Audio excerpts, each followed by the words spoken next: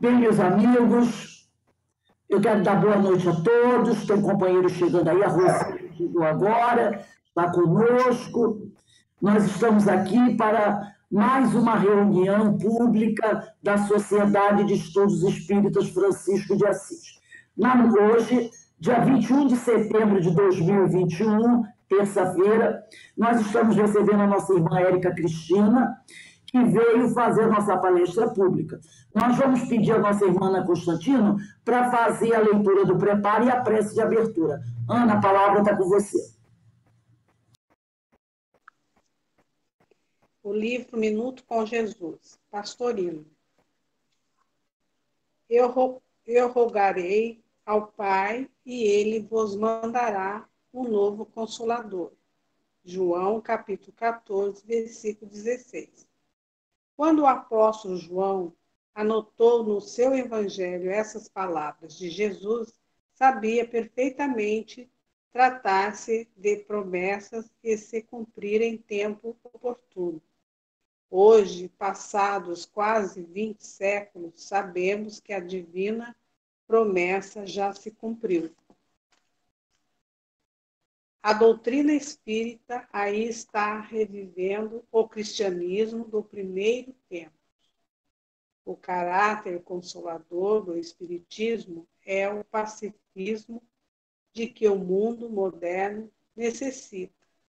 Nunca a humanidade teve tanta carência de Jesus como nos dias atuais.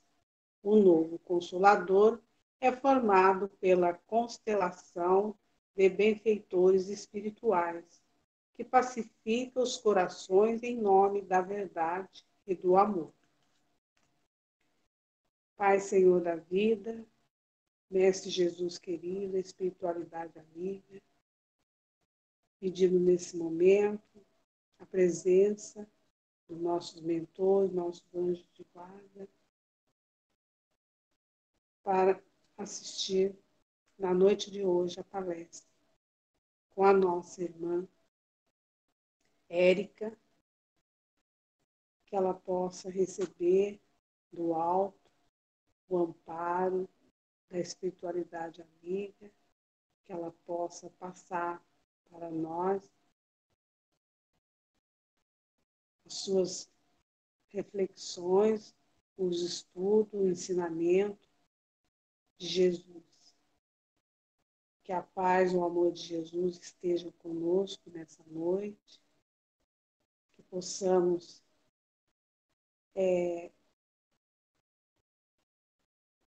receber esse ensinamento, esse estudo, que possamos também colocar em prática e passar adiante todo esse conhecimento. Que a paz e o amor de Jesus esteja conosco e pedimos a permissão. Que assim seja, na graça de Deus. Agradecemos a nossa irmã pelas suas palavras. Hoje estamos recebendo, como eu falei, a nossa companheira Érica Cristina, trabalhadora do CIOI, Centro de Educação e Orientação Espírita Jesus Gonçalves, localizado em Jacarepaguá, na Taquara, né? E ela vai falar conosco sobre um tema importantíssimo dessa obra, Jesus e o Evangelho à luz da psicologia profunda, psicografia de Divaldo Pereira Franco pelo espírito Joana de Ângeles. E o capítulo que a nossa irmã vai conversar conosco tem o título A Vingança. Está também no Evangelho, capítulo 12, tem 9, Evangelho segundo o Espiritismo, capítulo 12, tem 9, e no Evangelho de Mateus, capítulo 5, versículo 38, que diz assim: não resistais ao mal que vos queiram fazer. Então, eu passo a palavra a Érica, que Deus abençoe, que a gente aproveite a oportunidade. E você tem, Érica, até 20h40, tá? 20 para as 9, para trazer as suas considerações.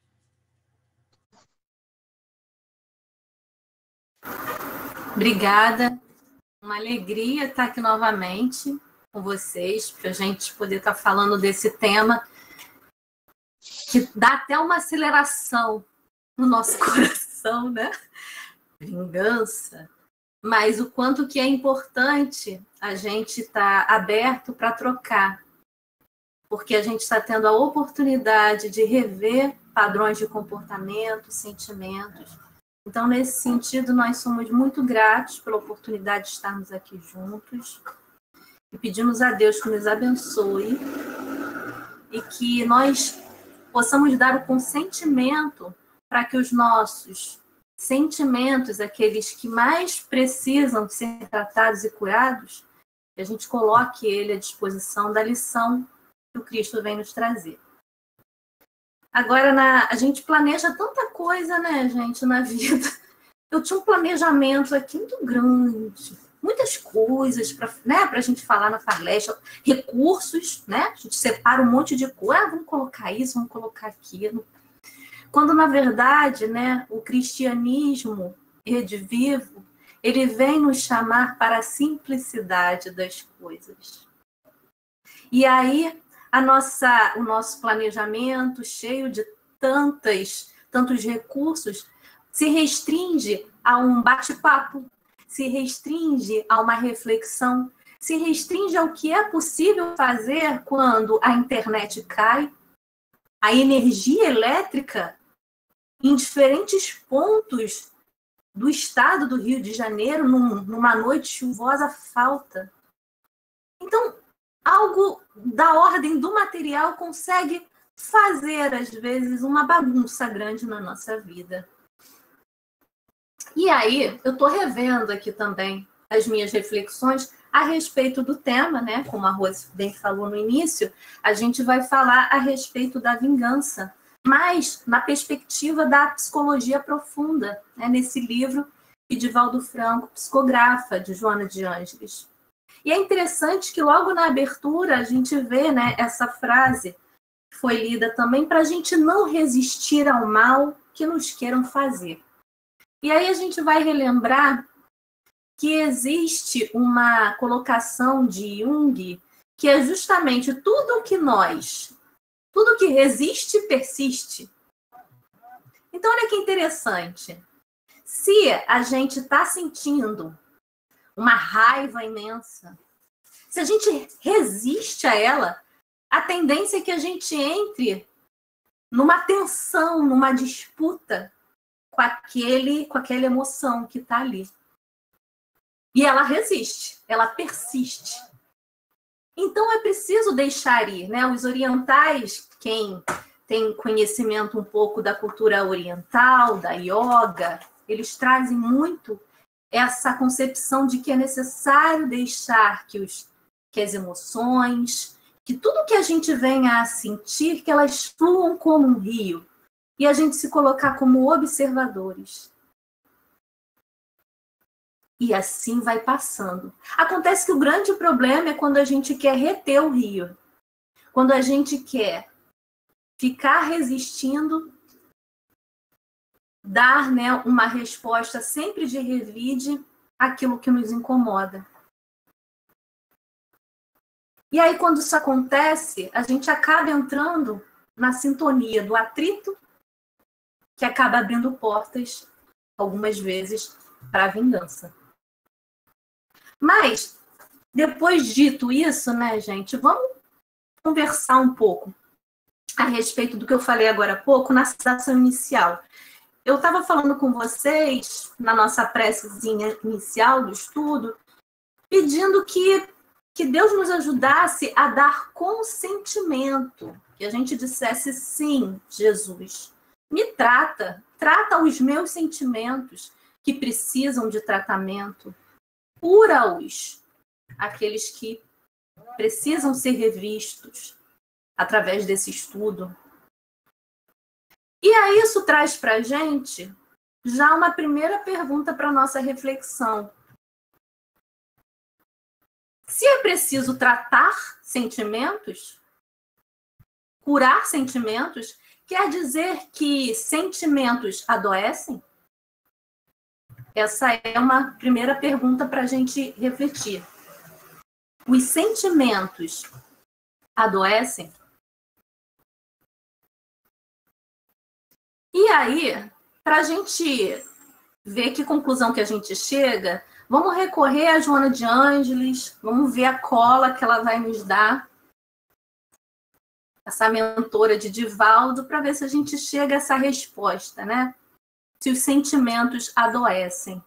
E aí, olha que interessante, ela fala logo assim, ela primeiro já traz para a gente a ideia de que a gente não tem, todos nós que estamos aqui, todos nós do plano espiritual, todos os internautas, todos, não temos como fugir de algo que ela chama de fatalidade. Que é o quê? Que fatalidade é essa? A fatalidade da vida é, diz ela, né? Alcançar a harmonia plena. E o que vem a ser essa harmonia plena? Ela também diz pra gente. A harmonia plena vai ser o equilíbrio de 3 amores. Ó, dá para colocar nos 3 dedinhos. Aí é fácil, pelo menos para memorizar. Né? Aí vamos passar para o sentimento. Equilíbrio de 3 amores para se alcançar a harmonia plena. Amor a si, amor ao próximo e amor a Deus. Então, com os 3 dedinhos, a gente consegue fazer essa conta. E aí, o que acontece? Todas as vezes que a gente se desvia da fonte dessa referência de amor, a gente cai na desarmonia, a gente cai no desequilíbrio, a gente cai na doença. Inclusive, essa é até a lógica, né, da homeopatia, quem conhece, né, lá nas bases, ela trata muito dessa ideia, né, que há um desequilíbrio de energia vital. E esse desequilíbrio tem muito a ver com a nossa conduta. Para nós que somos reencarnacionistas, nós sabemos o quanto que esse desvio de conduta, ele não está restrito ao aqui e agora. Ele pode ter sido cometido em outras experiências que nós tivemos, como espíritos.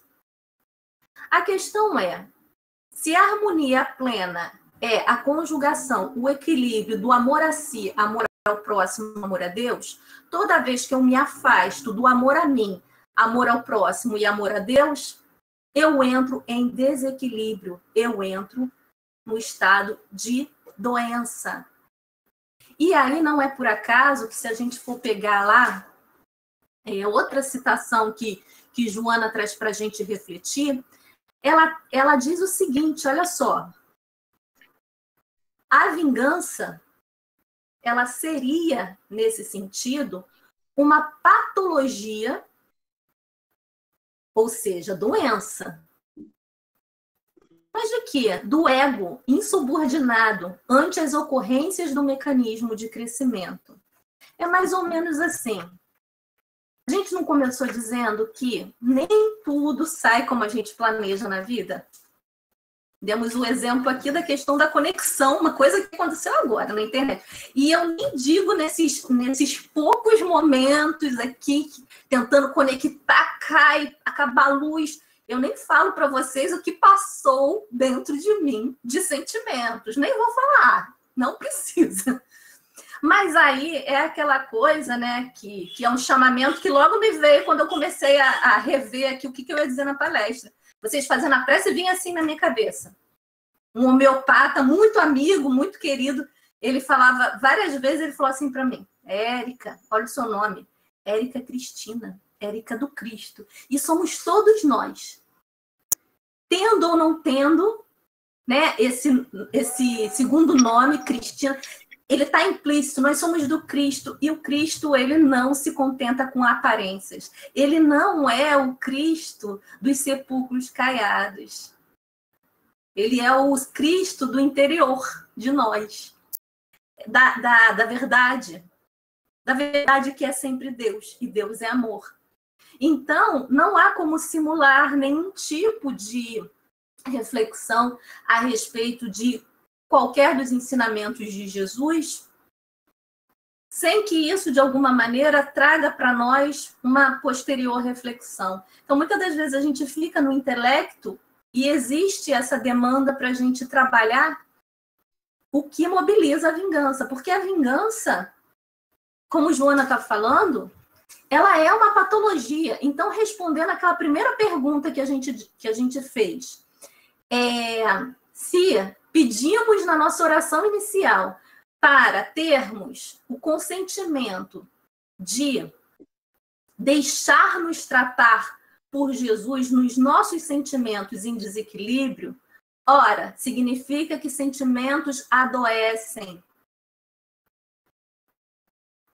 E vai adoecer sempre, vários sentimentos vão adoecer sempre que nós nos afastarmos da harmonia plena, que a gente viu que é a conjugação dos 3 amores.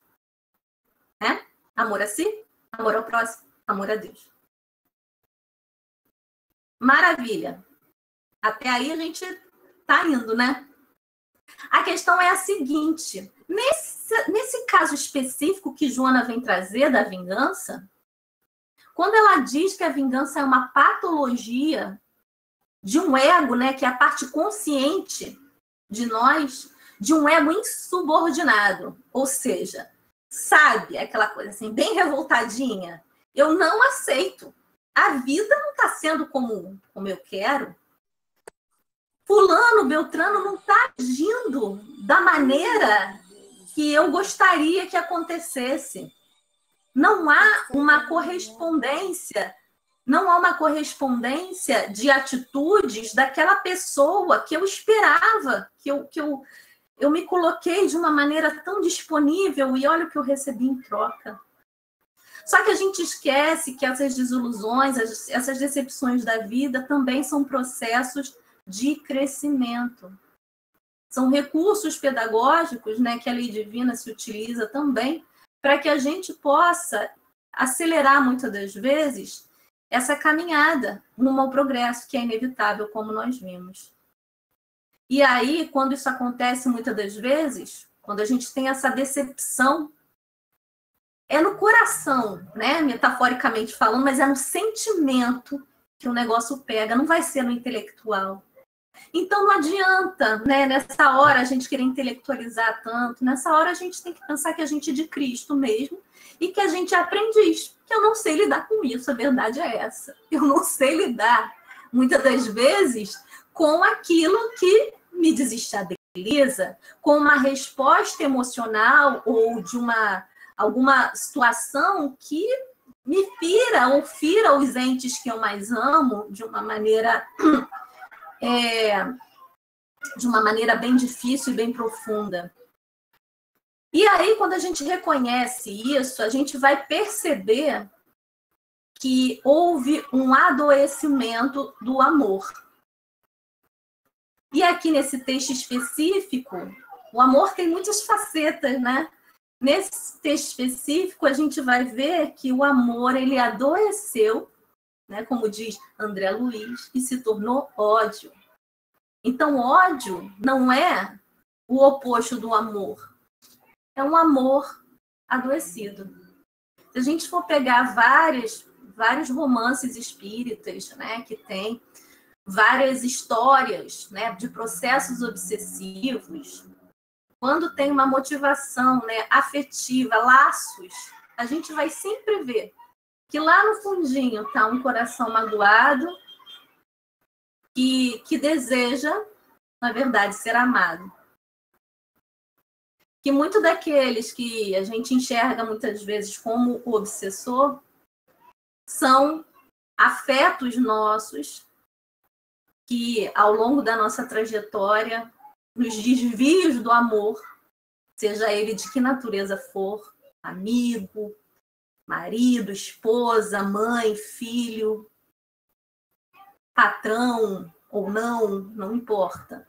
Mas nessas relações que a gente estabeleceu, muitas das vezes há algo que feriu esse companheiro que não conseguiu também olhar, porque a dor foi muito grande, que aquilo ali também pode ser um mecanismo de crescimento, de revisão de posturas na vida, de revisão de valores.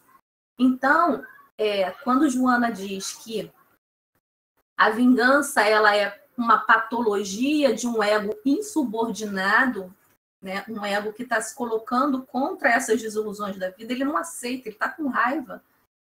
Como assim comigo? Como assim você fez isso comigo?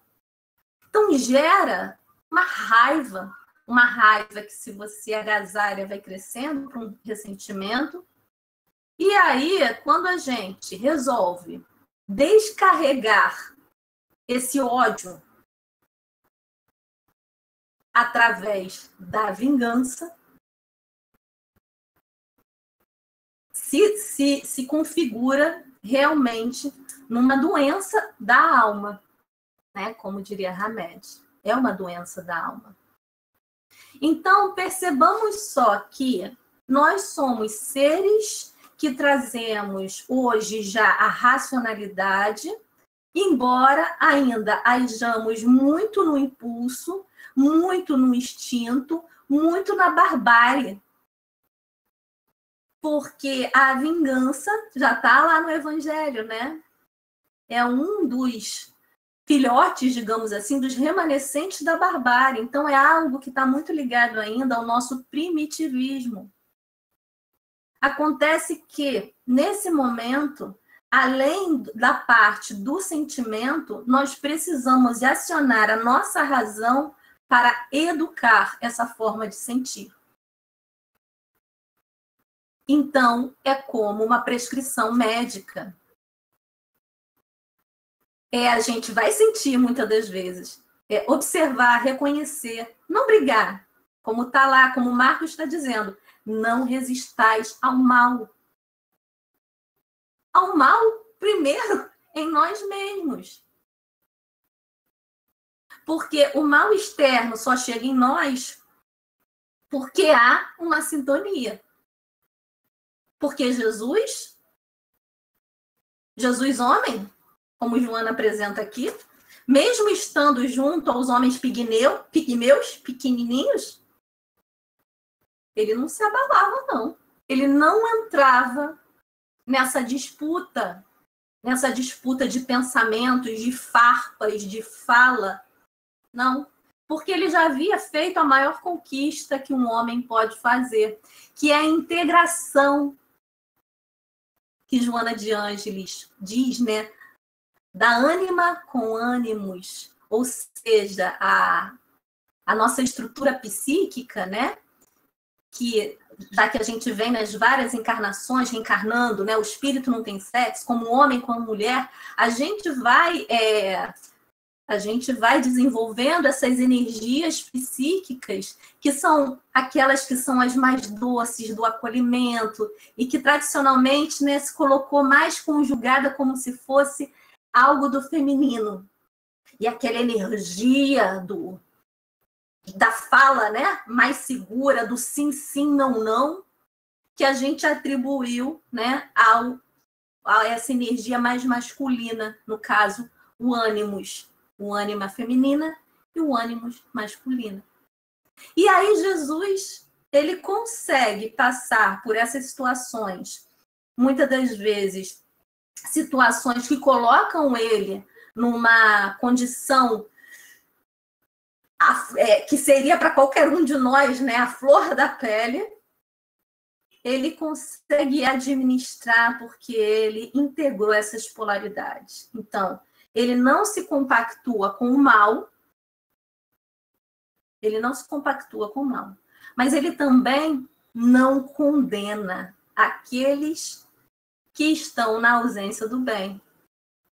Ele entende que é um processo provisório. Por quê? Porque, como Joana nos traz,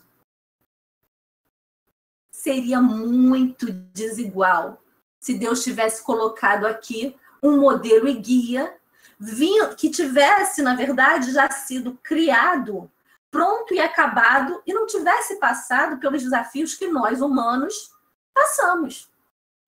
Então, a grande questão aí que traz, sabe, aquela coisa da liderança mesmo, não tem? Por exemplo, quando a gente vê um líder de um partido ou um líder de um sindicato, muitas das vezes, né, eles recebem essa adesão muito maior quando eles vivenciaram as mesmas coisas que aqueles trabalhadores, não é isso? Então, da mesma maneira, mal comparando, obviamente, Jesus, ele alcança esse respeito da humanidade, toda essa credibilidade, não só pelos seus atos, que foram, né, não tem nem o que falar, não só pelas suas lições, mas, sobretudo, porque ele, sabe aquela conversa assim? Ele é gente como a gente.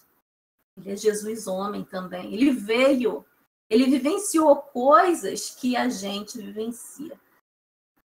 Só que ele já está num momento, como a gente falou, de uma integração muito maior.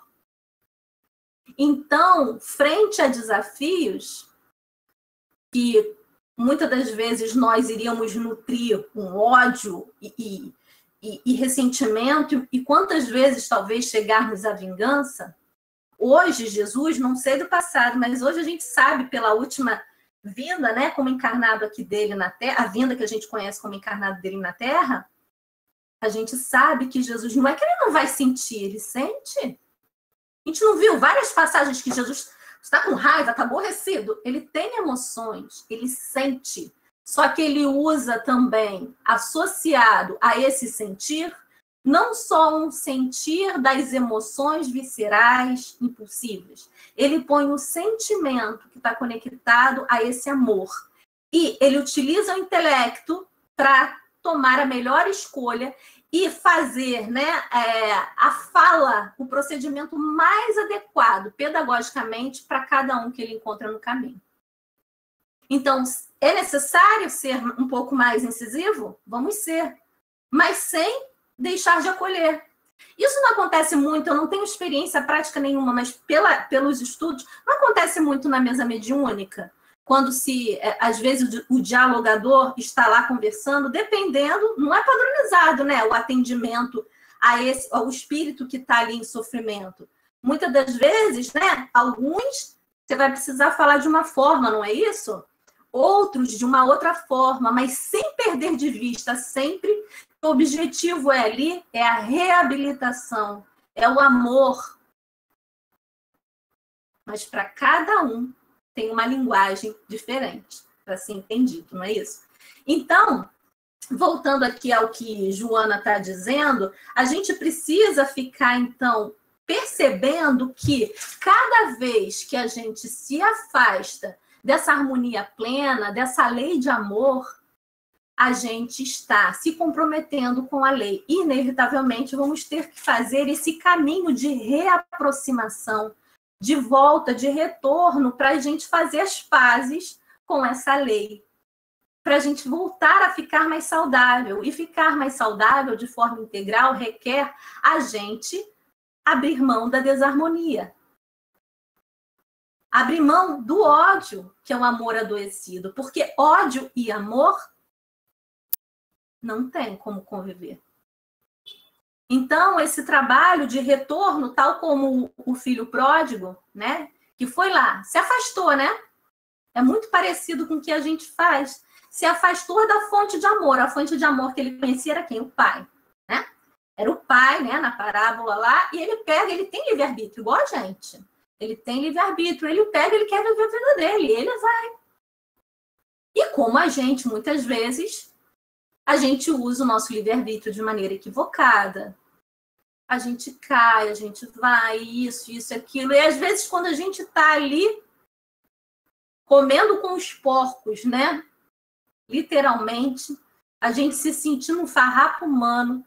Às vezes é nessa condição que a gente, que bom, que cai a ficha assim, o que eu tô fazendo aqui?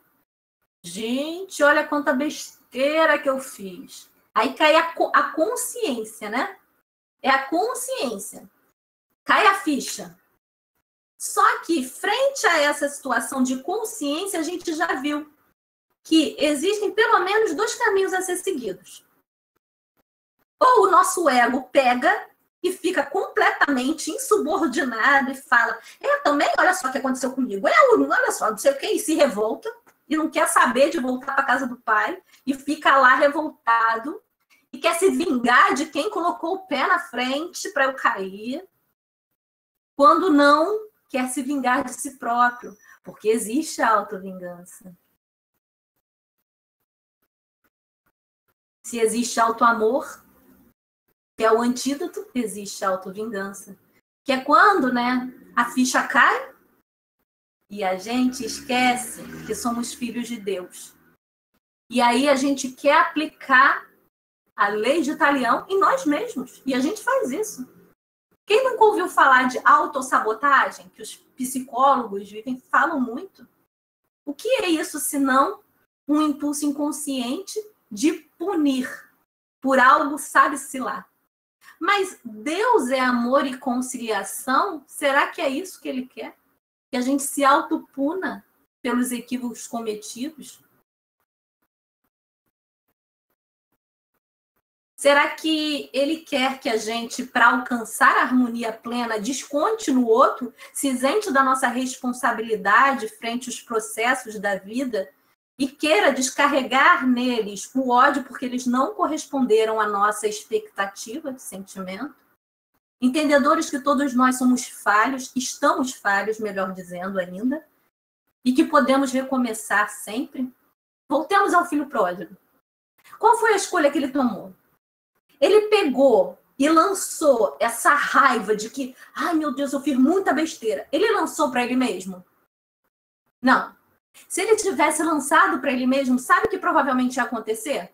Se ele tivesse direcionado essa raiva de ter falhado, de que o mundo não é o mundo que eu, olha só, nada me sai, não, olha só, esse mundo é contra mim mesmo. Eu só faço besteira, eu mereço sofrer. Se ele tivesse feito isso, ele seria um forte candidato. Não estou dizendo, gente, por favor, entendamos, que esse seja o caso geral.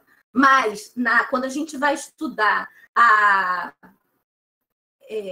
origem, né, lá nas bases, a gente vai perceber que muitas das vezes, no processo depressivo, a gente tem essa raiva, essa falta de perdão, essa culpa agasalhada dentro de nós. Essa energia de raiva, essa vontade de se vingar porque a gente errou, ela é tão poderosa que quando a gente joga para nós, muitas das vezes a gente é os primeiros a sofrermos, né? Essa autovingança. E viramos muito mais do que farrapos humanos. A gente achava que não podia piorar? Piora. Não é uma... a gente sabe que tem diversas variantes, né? Não estou falando de um modo em geral, estou dizendo na gênese espiritual, muitas das vezes, há essa necessidade para nos reabilitarmos desse auto-perdão. Porque o auto-perdão que vai ser o antídoto da auto-vingança. E a gente trabalhar essa culpa pelos erros cometidos, pelo afastamento das leis de Deus. E perceber como esse filho pródigo que a gente pode voltar. Só que como Joana falou, toda vez que a gente desvia, o que vai acontecer? A gente está atrasando um pouquinho mais o nosso trajeto de progresso, de evolução espiritual. Então, a gente vai ter que refazer aquele caminho, colhendo as coisas que a gente, né, plantou, replantando. E assim, legal que o filho pródigo, nesse ponto, ele caiu. Quando caiu a ficha, ele não quis se vingar de ninguém, nem dele próprio. Ele voltou. Com humildade, ele voltou. Porque ele sabia que ele ia ser tratado com dignidade pelo pai. Então, se a gente quer ter harmonia plena, que é a fatalidade da vida, que todos nós vamos ter que fazer, a gente precisa resgatar essa dignidade como filhos de Deus. Olhando para os nossos erros de uma maneira mais amorosa, como impulsos para novas condutas, olhando, né, para as nossas relações com o outro de uma forma mais indulgente também, percebedores que todos nós temos as nossas dificuldades e possibilidades de superação. E consultando o amor maior, né, o amor de Deus, fazendo essa integração, ter, né, essa conexão de perdão. Perdão de nós, perdão das ofensas.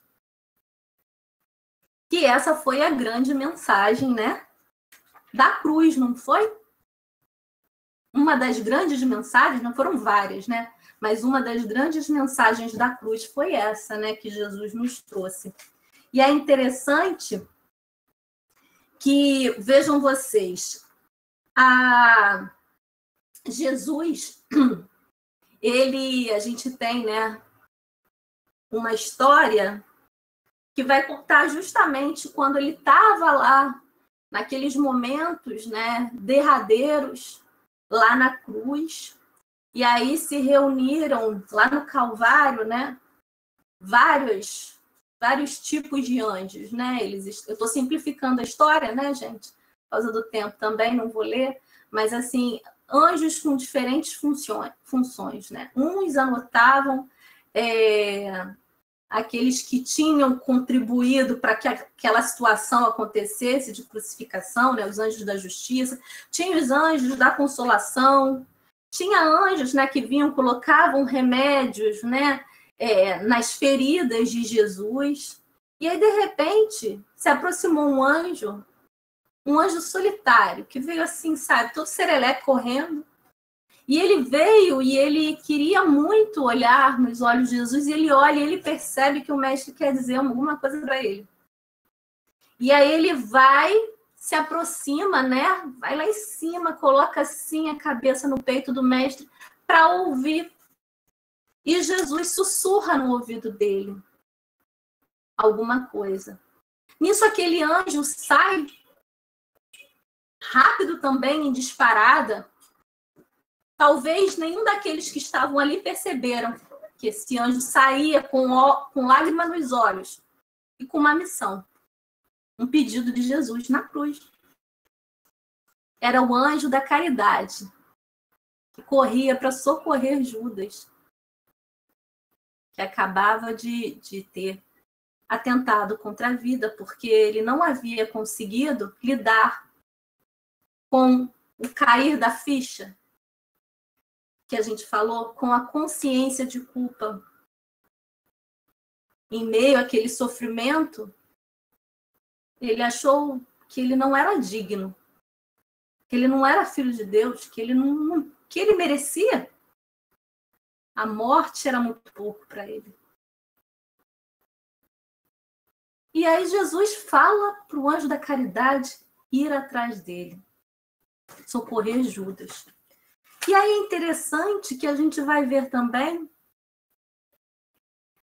que numa outra, né, psicografia, a gente vai ver que Maria... Eu gostaria, na verdade, até de compartilhar com vocês a música, mas como eu falei para vocês, a ideia era compartilhar uma música até da Elizabeth Lacerda, que é muito bonita e que traz, né, o relato de que Judas, em desespero, e aí eu pensando, eu falei, gente, será que é uma conexão? Será que eu criei uma historinha criativa na minha cabeça? Eu pensei assim, o anjo da caridade saiu correndo para socorrer Judas, a pedido de Jesus.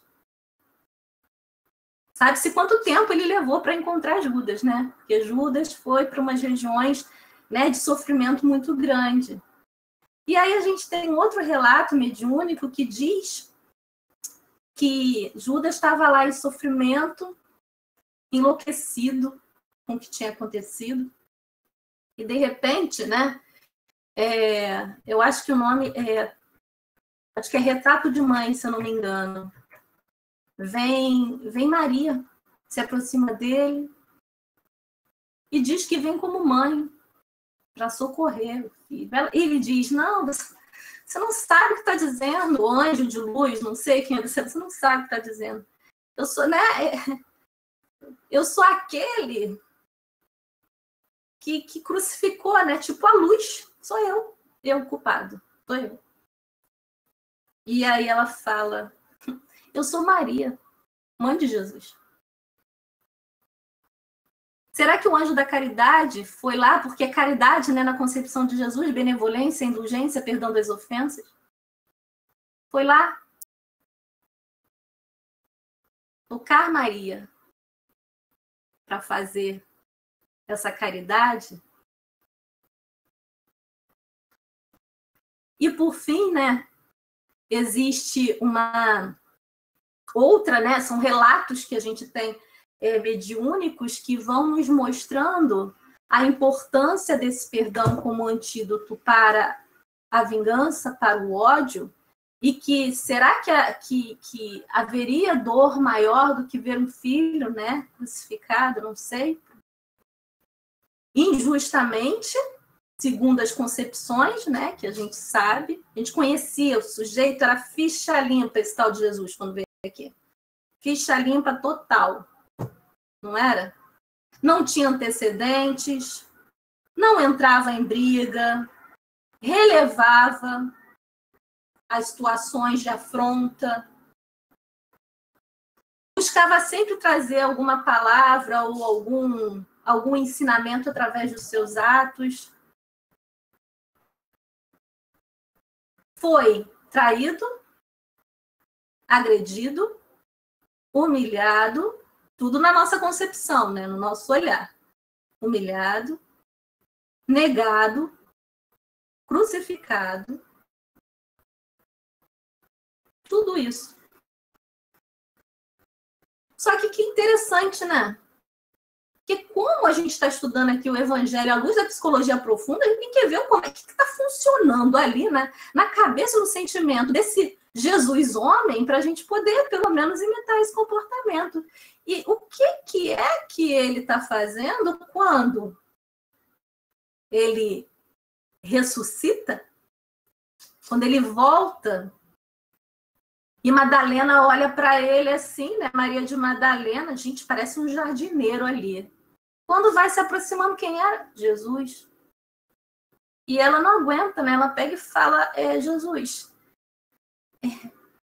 como foi, né? Subir ao alto. Ele ficou uns dias, né? Uns 3 dias lá. Como é que foi subir ao alto? E ele fala assim para ela, não, Maria, eu ainda não subi ao alto. Eu fui no fundo, bem fundo. E ela fica assim, espantada, né? Que história é essa? E aí ele fala que assim que ele despertou, né, no mundo espiritual, ele escutou um choro, uma voz angustiada, enlouquecida. E ele sabia que era de alguém que muito amava. E ele foi atrás dessa voz. E aí, quando chegou lá, lá nos interiores, né, nas regiões mais densas, ele encontrou Judas totalmente enlouquecido, totalmente desnorteado, quase nem reconhecendo o mestre, não se perdoando pelo que havia feito.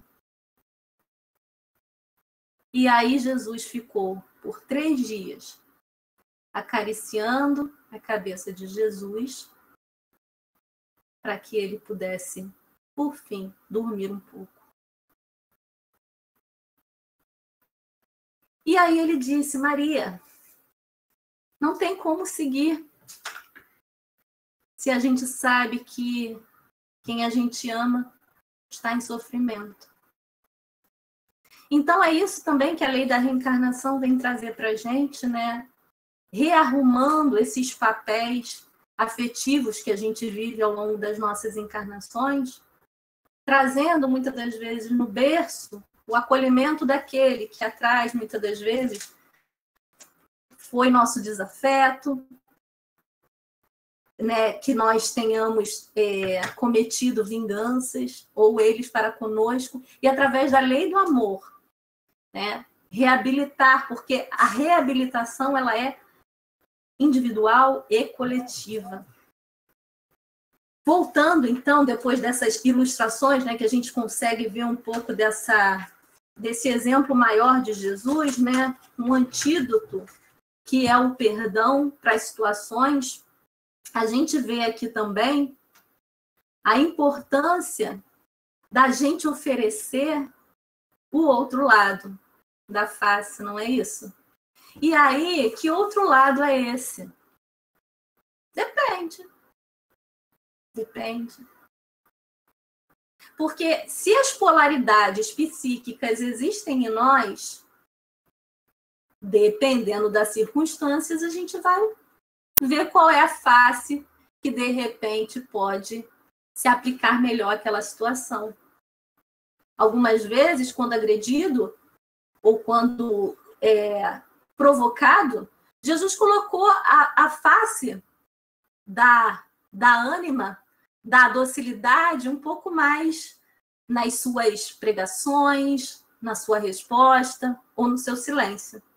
Por vezes, frente a outra ordem de provocações, dependendo de quem estava ali, ele colocou a outra face, uma face mais incisiva do ânimos. Ou seja, esse material, né, que nós trazemos dentro de nós e que precisamos integrar, ele vai sendo acionado de acordo com a adequação das situações vividas. Mas é importante sempre pensar que a nossa meta, que todos estamos fadados a chegar, é desse equilíbrio do amor a si, amor a Deus, amor ao próximo. Então, voltando lá para o filho pródigo, ele retorna, né? Ele retorna todo contente. Não, contente não, ele estava com expectativa, mas ele confiava no amor do pai. E aí, quando ele volta, o pai recebe ele, né? Como? Com festa, não é isso? Com dignidade. E o outro filho, né? Falou, que é isso? Eu sempre estava aqui do seu lado. Você nunca fez isso? Nunca. O que será que esse filho... Isso não está na parábola, mas vamos pensar. Nos colocando assim, procurar pensar esse filho que está reclamando com o pai dele ter acolhido, né? O que tinha se afastado. O que será que ele queria que o pai fizesse? Porque a gente já viu que acolher ele não queria. Que fizesse festa não queria. O que será? Será que ele queria que o pai se vingasse desse filho? Por ele ter se afastado da casa do pai? Por ele ter errado? Ele deveria expulsá-lo? Nunca mais voltar? O que ele esperava? Queria punir?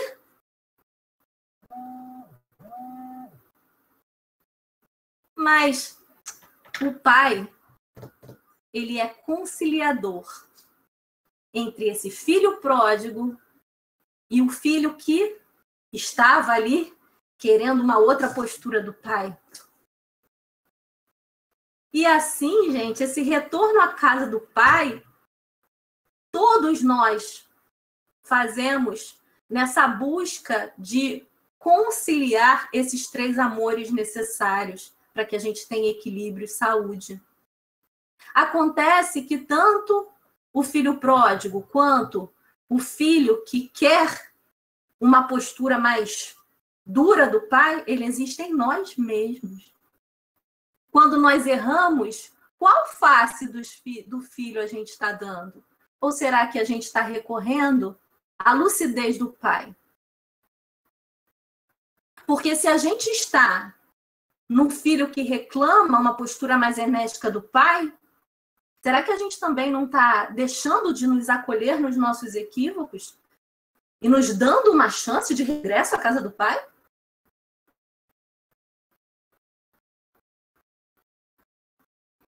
É preciso integrar o filho pródigo, o filho mais incisivo.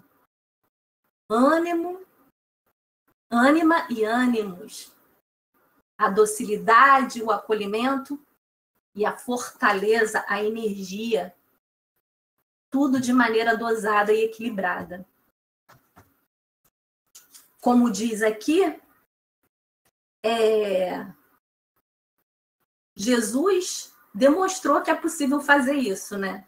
É possível, ele viveu isso de uma maneira, de uma experiência pessoal, provando que o bem, ele é mais forte do que o mal. Que a não violência é o antídoto para a ferocidade. A paciência é o remédio para a irritação. A esperança é o recurso para o desalento.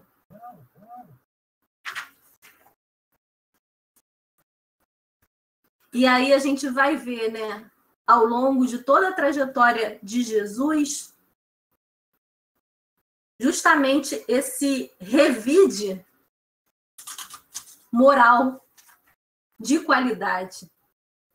Porque ele revida, mas ele revida com ações, falas, relatos que diluem o mal. É dessa maneira que ele revida.